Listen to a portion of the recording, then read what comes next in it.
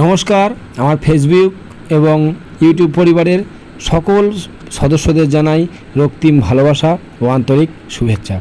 তো এটা আমাদের নতুন একটা চ্যানেল। তো আমাদের নতুন চ্যানেলে সবাইকে আরও একবার স্বাগত।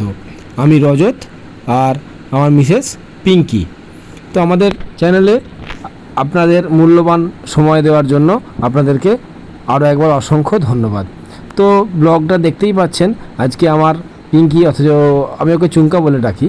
তো চুঙ্কার আজকে বিশেষ স্পেশাল একটা দিন আমাদের মধ্যে, আজকে সেটা হলো আজকে ওর জন্মদিন। তো জন্মদিন সত্যিই স্পেশাল দিন, আপনারা সেটা সবাই জানে।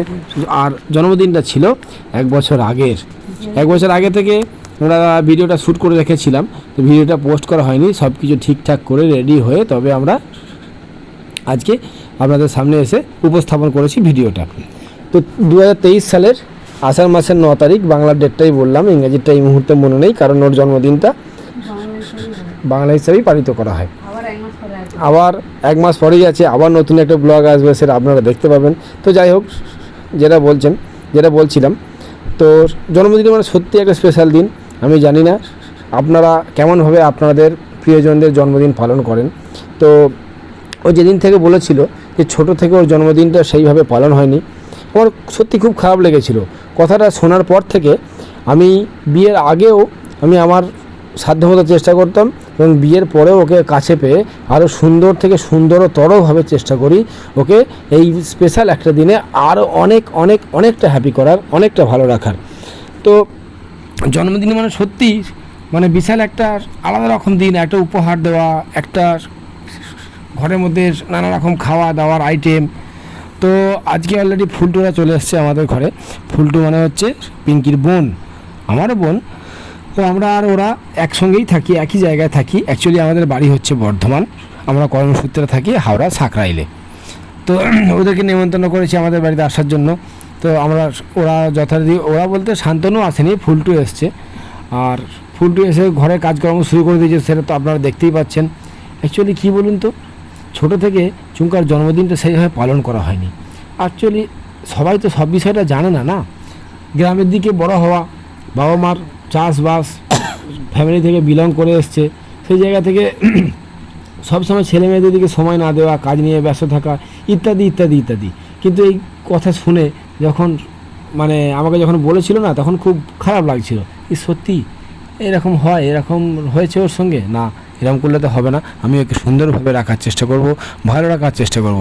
আমি আশা করি আপনারাও আপনাদের সঙ্গীর বা আপনার স্ত্রী বা স্বামী, আপনারা যে দেখছেন না কেন, আপনার স্ত্রী বা আপনার স্বামী, তাদেরকে সবাইকে ভালো রাখার চেষ্টা করেন। আমিও সাধ্যমতো চেষ্টা করি জন্মদিনটা পালন করার, ওকে ভালো রাখার। জন্মদিন অনেক রকমভাবে পালন করা যায়। কেউ কখনো রেস্টুরেন্টে গিয়ে খাইয়ে দাইয়ে পালন করে, আর কেউ কখনো ট্যুরে চলে যায়, বাইরে চলে যায় ঘুরতে। কিন্তু আমাদের দ্বারা সবার দ্বারা সবসময় তো সবটা হয়ে ওঠে না। তাই আমরা আমাদের সাধ্যমতো ঘরেই চেষ্টা করছি। অ্যাকচুয়ালি আমরা এমন অবস্থা, কাজ ফাজ বন্ধ করলে হবে না। তাই আমরা সব দিকটা বজায় রেখে আমরা এই ছোট্ট করে অনুষ্ঠানটা করার চেষ্টা করছি। আর শেষে একটা সুন্দর গিফট আছে, কিন্তু আপনারা স্কিপ করে যাবেন না। সেই গিফটটা ওকে আমি কী গিফট করছি, জীবনেই প্রথম ওকে এত বড় একটা, বা আমার কাছে ওটা অনেকটা মূল্যবান, এত দামি একটা জিনিস আমি গিফট করতে চলেছি। এর জন্য আমি খুব গর্বিত। আমি আশা করি আপনারাও যখন আপনাদের প্রিয় মানুষদের উপহার দেন, আপনাদেরও খুব ভালো লাগে। হ্যাঁ, যেটা বলছিলাম, যে সমস্ত দিকটা বজায় রেখেই আমাদেরকে ছোট্ট করে অনুষ্ঠানটা করতে হচ্ছে। তার কারণ হচ্ছে, কাজ কামাই করলে সত্যি কথা বন্ধুরা আমরা খেতে পাবো না একদম। আমরা কেন, কেউ যদি নিয়মিত কাজকর্ম না করে, সে কেউই খেতে পাবে না। কর্ম করতেই হবে। জীবনে বেঁচে থাকতে গেলে, জীবন ধারণ করতে গেলে প্রত্যেকটা মানুষেরই জীবনে কর্মটা খুব গুরুত্বপূর্ণ, কর্মটা দরকার। এবং সেই জন্য আমি সব দিকটা মেনটেন করার চেষ্টা করেছি, সব দিকটা ম্যানেজ করার চেষ্টা করেছি। আর একটা, হ্যাঁ, একটু আগেই বললাম যে আমাদের বর্ধমানের বাড়ি, আমরা চাষি পরিবার থেকে বিলং করে এসেছি। ওই জায়গা থেকে পড়াশোনা এসেছি। হ্যাঁ, ওটা পরে বলছি। আজকে মেনু হয়েছে অনেক কিছু। মেনুগুলো ইলিশ মাছ ভাপা, আর পায়েস হয়েছে, আর স্যালাড হয়েছে, দই হয়েছে, সরষে ইলিশ দই হয়েছে, মাছ ভাজা হয়েছে, পটল চিংড়ি হয়েছে, এই মুহূর্তে আমার আর মনে নেই কী কী হয়েছে, তো অনেক দিন হয়ে গেল। তো পাঁপড় ভাজা, আলু ভাজা, বেগুন ভাজা, তো আপনারা দেখতেই পাচ্ছেন কী কী হয়েছে। তো মানে সত্যি মানে কী কী হয়েছে আর মনে নেই। ছবিগুলো দেখে দেখে বলতে পারলে ভালো, তো ছবিটা পেরিয়ে চলে গেছে, তো আর খেয়াল সত্যি আর খেয়াল নেই। তো যাই হোক না, তো এবার আপনারা দেখে নেবেন, দেখে দেখে আপনারা নিজেদের মতো করে বলে নেবেন, বুঝে নেবেন যে কী কী হয়েছে। আমি সেটা পরে বলছি, আমি সেটা আর বলতে চাইছি না। যেটা বলছিলাম, সত্যি মানুষের জীবনে কাজ একটা খুব গুরুত্বপূর্ণ জিনিস বন্ধুরা। কাজ না করলে কিন্তু কখনো চলবে না। ভগবান শ্রীকৃষ্ণ গীতায় বলছেন কৃপা পাও, মানে বলছে যে দয়া চেও না, কৃপা চাও। কৃপা শব্দের অর্থ হচ্ছে, কৃপাকে ভাঙলে হচ্ছে করে পাওয়া হচ্ছে কৃপা, মানে কাজ করে তুমি আমাকে পাও, কাজ করে ভগবান লাভ করো। দেখেছেন ঝুমকাকে কি সুন্দর লাগছে, সত্যি এগো শাড়ি পরে এত সুন্দর লাগে। সব শাড়ি পরতেই জানে, ঘরে সবসময় নাইটি পরেই থাকে। আমি বলি শাড়ি পরতে পারো না, শাড়ি পরলে তোমার সৌন্দর্যতা যেন একদম ঘর ফেটে, দেওয়াল ফেটে তোমার সৌন্দর্যতা বেরিয়ে আসে। সত্যি ও কখনো পড়তেই যায় না, আর শাড়ি পরলে ওকে আমার সবসময় আদর করার জন্য লোভ লাগে, মনে হয় সত্যি ওকে একটু কাছে জড়িয়ে ধরে আদর করি। যাই হোক বন্ধুরা, আপনারাও নিশ্চয়ই চান যে এটা করে থাকেন, যে আপনাদের প্রিয় মানুষটাকে সুন্দর লাগলে একটু ভালোবাসেন, বেশি করে, একটু বেশি করে আদর করেন। তো যাই হোক, যেটা বলছিলাম, কর্মই ধর্ম, কর্মই জীবন, কাজ তো করতেই হবে। যাক, ওই প্রসঙ্গে পরে বলছি, এবার ওকে আশীর্বাদ করে দিই। সত্যি এমন একটা সুযোগ পেয়েও ভালো লাগে। ধান দুর্বটা আমি পাশ থেকে তুলে নিয়ে এসেছিলাম, ধানটা আমাদের ঘরে ছিল, ধান দুর্বটা, আর দুর্বটা পাশ থেকে তুলে নিয়ে এসেছিলাম, নিয়ে ওকে ধান দুর্ব দিয়ে আশীর্বাদ করছি। এর আগে কখনো কাউকে ধান দুর্ব দিয়ে আশীর্বাদ আমি করিনি কখনো, ওকেই প্রথম ধান দুর্ব দিয়ে আশীর্বাদ করছি। আর একটা কথা, আমি কখনো কারোর পা ছুঁয়ে প্রণাম নিই না, একমাত্র ওই প্রণাম করলে তখন আমি পা ছুঁয়ে নিই, আর কারণ নিই না। আর ওকে আমি হাতে করে কী দিচ্ছি বলো তো, এটা কী গো, এটা কী দিচ্ছি বলো তো?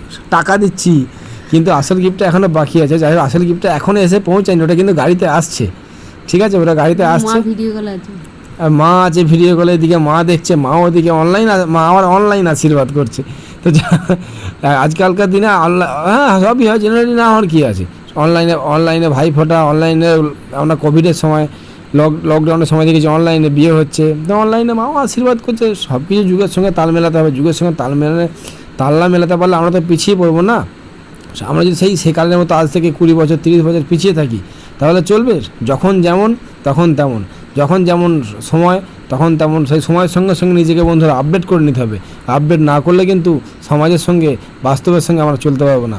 সুতরাং যখন যে পাত্রে, মানে কি বলবো, একটা কথা আছে না, যে ঠাকুর যে ফুলে সন্তুষ্ট তাকে ঠিক সেই ফুলটা দিতে হবে। লোকনাথ বাবা সাদা ফুল ভালোবাসেন, আর মা কালী ভালোবাসেন জবা, আর মহাদেব ভালোবাসেন ধুতরা ফুল, বা কী ফুল জানো, ধুতরা ফুল আর কলকে ফুল। তো আমি যদি মহাদেবকে জবা ফুল দিই, আর লোকনাথ বাবাকে যদি ওই অপরাজিতা, আর মা কালীকে যদি দিই রজনীগন্ধা, তাহলে কি আর হবে? হবে না। সুতরাং যে ঠাকুর যে ফুলে সন্তুষ্ট তাকে সেই ফুলটাই দিতে হবে। এতে কি হয়, সহজে মানুষের মন যায়, মানে ঠাকুরের মন জয় করা যায়। ঠাকুর বলতে আমি এখানে মানুষের কথা বোঝাচ্ছি। অ্যাকচুয়ালি মানে যে মানুষ যেমনটা যায়, যে রাজনীতিবিদ তার সঙ্গে রাজনীতি নিয়ে কথা বলো, যে মাস্টারমশাই তিনি যেই সাবজেক্টের মাস্টারমশাই সেই সাবজেক্ট নিয়ে কথা বলো, যে মাতাল তার সঙ্গে মদ নিয়ে কথা বলো, যে চাষি তার সঙ্গে ফসল নিয়ে কথা বলো, হ্যাঁ, মানে যে যেমন, যে ব্যবসাদার তার সঙ্গে ব্যবসায়িক কথা বলো, যে যেমন চাইবে তাকে তেমন দিতে হবে।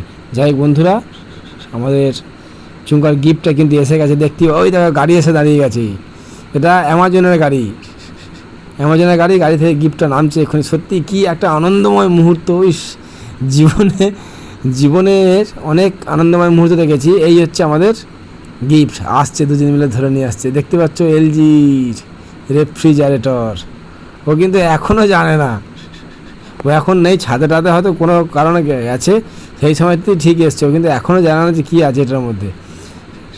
ঠিক আছে, এবার ওকে আমরা দেখাবো, যে এত আবেগে আপ্লুত হয়ে যাবে। অ্যাকচুয়ালি ভালোবাসার মধ্যে আবেগটাই তো সব কিছু, তাই না? আবেগ না থাকলে জীবনে কিছুই হয় না।